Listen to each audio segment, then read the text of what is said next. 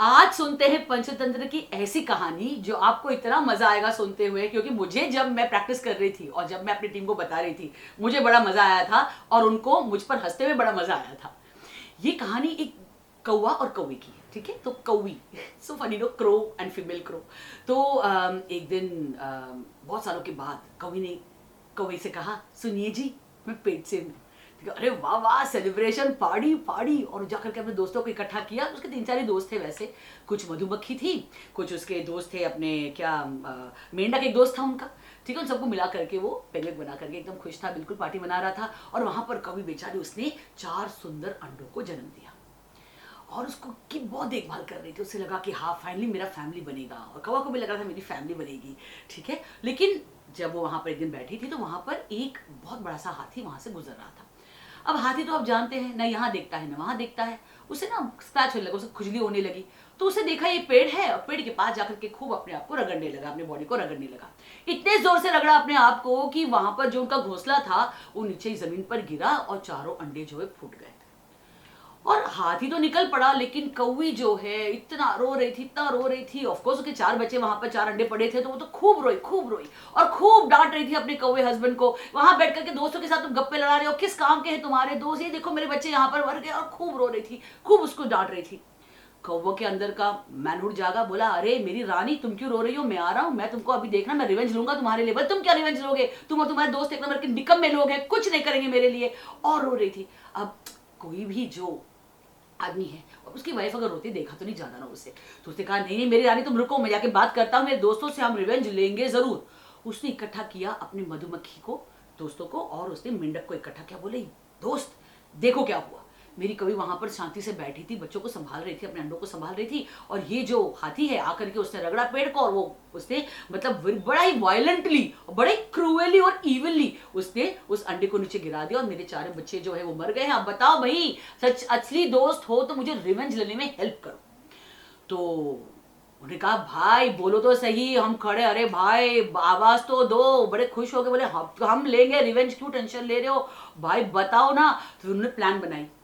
Plan ने ये बनाया, मधुमक्खी ने कहा, देखो भाई मैं क्या करूंगा ना, जब करूंगा मतलब मैं और मेरे सारे पूरी फैमिली, जो हम 1000 बीज हैं यहाँ पर, हम सब मधुमक्खी क्या करेंगे, जब आराम कर रहा होता है एलिफेंट हाथी, तो हम जाके उसको काटना शुरू कर देंगे। उसको हर जगह पे काटेंगे, सिर पे, पैर पे, कान पे। और जब भी मधुमक्खी पीछे पड़ती है, आपको पता है सबसे पहले लोग क्या करते हैं, या कोई भी जानवर क्या करता होगा, दौड़ेगा पानी की तरफ। तो बोले इतना काटेंगे ना कि वो बिल्कुल बिना देखे ना दौड़ने लगेगा। मेंढक ने बोला, और मैं क्या करूंगा, मैं एक दलदल के ऊपर बैठूंगा या दलदल के पास बैठूंगा और वहां से आवाजें निकालूंगा, अपनी आवाज निकालूंगा। हाथी को लगेगा अरे पानी तो वहां पर है, और दौड़ेगा, जाकर दलदल में गिरेगा और डूब के मर जाएगा। ये अपना प्लान है। और बिल्कुल ऐसा ही हुआ। जब हाथी बेचारा सो रहा था, तब वहां पर मधुमक्खियां आई, उसे काटने लगी, इतना काटे, वो बेचारा बिल्कुल परेशान, उसे दिखाई नहीं दे रहा कहां जा रहा है, दौड़ने की कोशिश कर रहा है पानी की तरफ, लेकिन पता ही नहीं चल रहा उसको कि पानी कहां पर है। और वहां पर फिर मेंढक की आवाज आती है, आ जो आवाज आती है वहां पर, तो अरे हाँ वहां पानी है, वहां दौड़ा और दलदल में गिरा, डूब के मर गया।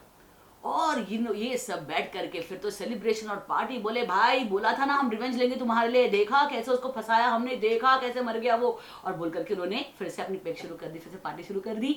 स्टोरी खत्म। और इसकी जो मॉरल है, इससे जो लर्निंग्स है वो क्या है, अभी मैं आपको बताती हूँ। वो ये है, एक ही है, जब 4 बेवकूफ मिल जाए एक साथ ना, तो अच्छे बड़े बड़े एंटरप्राइजेस को और बड़े बड़े लीडर्स को ना वो गिरा सकते हैं। तो आप जब भी अपनी टीम बनाते हैं, क्योंकि क्या होगा ना, आप एक टीम मेंबर को डांटोगे और कोई ये नहीं सोचेगा कि अरे डांट पड़नी चाहिए थी, या किसी को ज्यादा काम दोगे तो वो क्या होगा, हंगामा हो जाएगा वहां पर, दिल स्टार्ट रिबेलिंग, अरे हर हर महादेव, अरे करेंगे मरेंगे, अरे देखते हैं मालिक को, मतलब दिल स्टार्ट रिबेलिंग। आपके साथ तो जरूर हुआ होगा, जबकि आपने बिल्कुल मतलब जानबूझ के तो बिल्कुल नहीं किया होगा, आपने अनजाने में कोई चीज कर दी होगी, या डांट दिया होगा, या काम एक्स्ट्रा दे दिया होगा। तो but people who are fools no, ये रियलाइज ही नहीं करते हैं।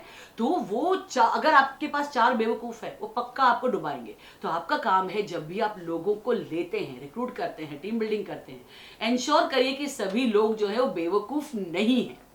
हर एक के पास इंटेलिजेंस है, हर एक के पास कम्युनिकेशन है, उनके पास असर्टिवनेस है, उनके पास एक लीडरशिप है, पोटेंशियल है कि वो आकर आपसे बात कर सके। क्योंकि अगर आप 4 बेवकूफ को लेकर आएंगे तो सभी लोग रिबेल करेंगे, तो आपकी कंपनी और आप तो डूब जाएंगे, बिल्कुल उस हाथी की तरफ।